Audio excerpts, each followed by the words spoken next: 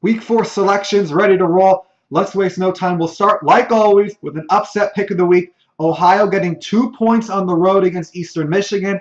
Ohio, the preseason MAC East favorite. Both teams have wins over Power 5 schools. I like the Bobcats to win this game outright against Eastern Michigan. Getting right into our main picks for the week, North Carolina State goes on the road in the Tallahassee to play the Florida State Seminoles. Florida State a 12-point home favorite. James Blackman will be making his first career start for the Noles against Bradley Chubb in a fierce NC State front. North Carolina State does a terrific job both against the rush and in getting to the quarterback. Florida State's offensive line did not look great against Alabama. That was Alabama, but NC State has one of the best fronts in the country. North Carolina State has had a really hard time breaking through against the top tier in the ACC. I like Florida State to win this game by 8 points. Our next game, Texas A&M goes into Arlington to face Arkansas. The Razorbacks a 2-point favorite in this neutral site matchup that many are calling the Hot Seat Bowl of 2017. Last year's edition, Gus Malzahn, Les Miles. Les Miles didn't make it out of the weekend. Brett Bielema has never beaten Texas A&M. The question in this game is going to be, can Austin Allen's wide receivers make plays? In the TCU game, they struggled making plays and helping out Austin Allen. That was really the difference if you look back at it. And for Texas A&M, they're decent against the run, maybe even above average, but they struggle mightily in that back end in the secondary. If Arkansas is going to have a chance, they're going to have to make plays through the passing game. They haven't shown that ability so far this season, especially in that TCU game. I like A&M to win by 7 and really crank up the pressure on Brett Bielema in Fayetteville. The next game we're going to look at, TCU goes into Stillwater to play Oklahoma State. The Cowboys getting 13 points at home. They're a 13-point home favorite. TCU in the Arkansas game did a good job, but the score was a lot closer heading into that fourth quarter than it should have been. TCU was physically dominating that ball game, but it was a close game until they broke it open late. Struggled putting away SMU in that first half last week. SMU plays a little bit more like Oklahoma State does than Arkansas does.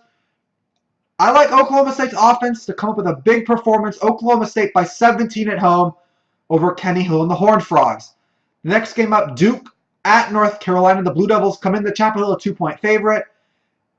North Carolina on paper might be the more talented team, but Duke has the coaching edge with David Cutcliffe. Daniel Jones, a rising star at quarterback in the ACC. I like the Blue Devils against the North Carolina defense that allows over 320 passing yards a game. Daniel Jones comes in as a nice day. Duke by 5 in Chapel Hill.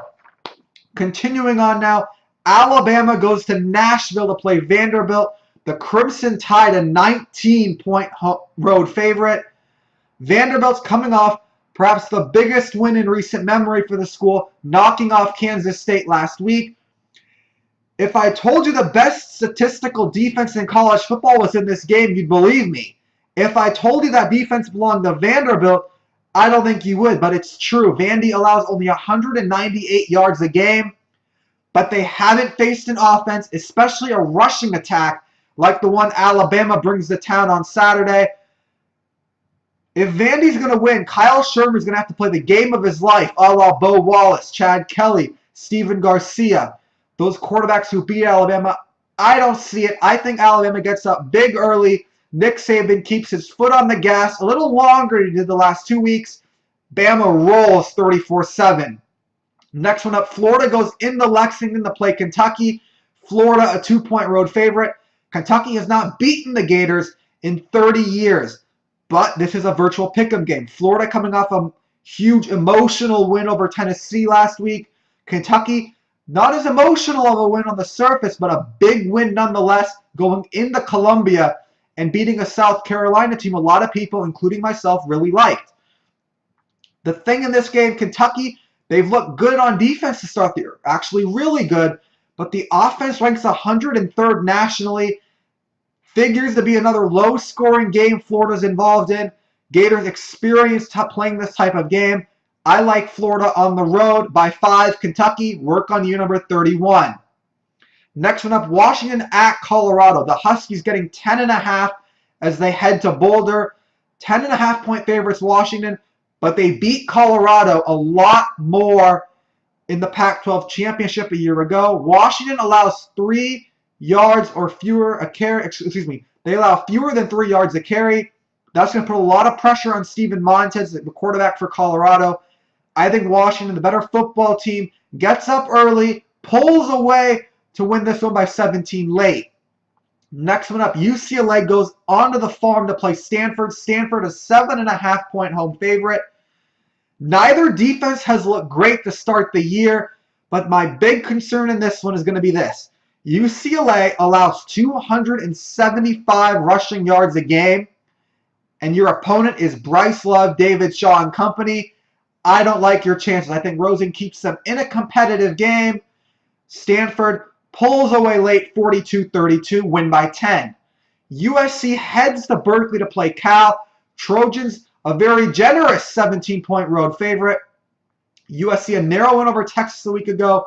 However, kind of let that one slip a bit in my eyes because Texas kind of treated that game like their season championship. They weren't, after the loss to Maryland, they weren't a national title contender really anymore. Maybe even in their own minds, they were hyped up for that SC game. Malik Jefferson and that defense certainly came to play like it was a big game. I think that might be why I'm giving SC a slight pass on that one. But the thing about this one, Cal, Justin Wilcox, many say that defense has really improved from last year because of Justin Wilcox.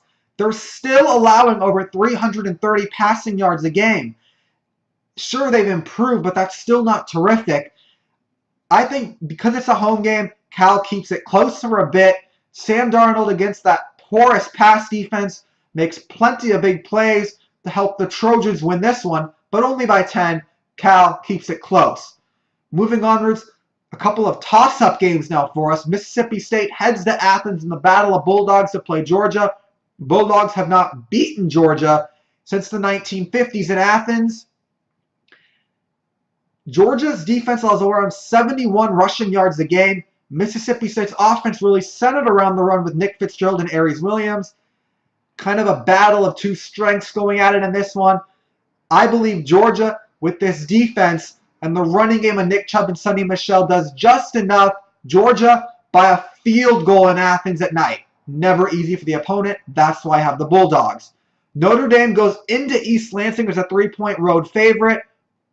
The Irish offense centered around Brandon Wimbush and Josh Adams running the football. Wimbush has done a nice job as a dual-threat quarterback to start the season. But Michigan State's strength defensively is stopping the run so far this year. They've allowed 91.5 rushing yards a game. If I'm Michigan State, I feel good knowing Georgia, another Power 5 team that has better athletes than you, but you're still, Michigan State's probably the second most talented team Notre Dame have played to this point. Georgia held Wimbush in check running the football. I think Michigan State does the same. Sets it up for a low-scoring game, going to be played in the low 20s, high teens. I like Mark D'Antonio at night in East Lansing. Spartans hit a late field goal to win 21-17. And now it is time again for our game of the week. Penn State, 12.5-point favorites, heading into Kinnick Stadium to play Iowa, and yes, a night game in Iowa City. Where do we start with this? I'll start here. Iowa has not been great defensively the last 2 weeks. Iowa State put up points against these guys like nobody's business, and Penn State's just a lot more talented than Iowa State on that ball, led by McSorley and Barkley in the backfield. The best Iowa defensive performance came against Wyoming in the opening week. The thing is, that same Wyoming offense, when they played Oregon, made Oregon's defense look really, really good. The key for Iowa in this game, can their defense get stops? Not sure about that. And can their running game help control the pace of this game? Wadley will probably play, but he's banged up. James Butler, the Nevada transfer, will not play. He's out until after the bye week for Iowa. All that being said, though, remember what happened last year. Iowa hosted Michigan, a top 5 team just like Penn State, a night game in Kinnick, and won. A night game in Kinnick, and Iowa beat a top 5 team. Sound familiar? Will they do it to Penn State? I like the shade of blue. It's a Penn State shade. Penn State 41, Iowa 14.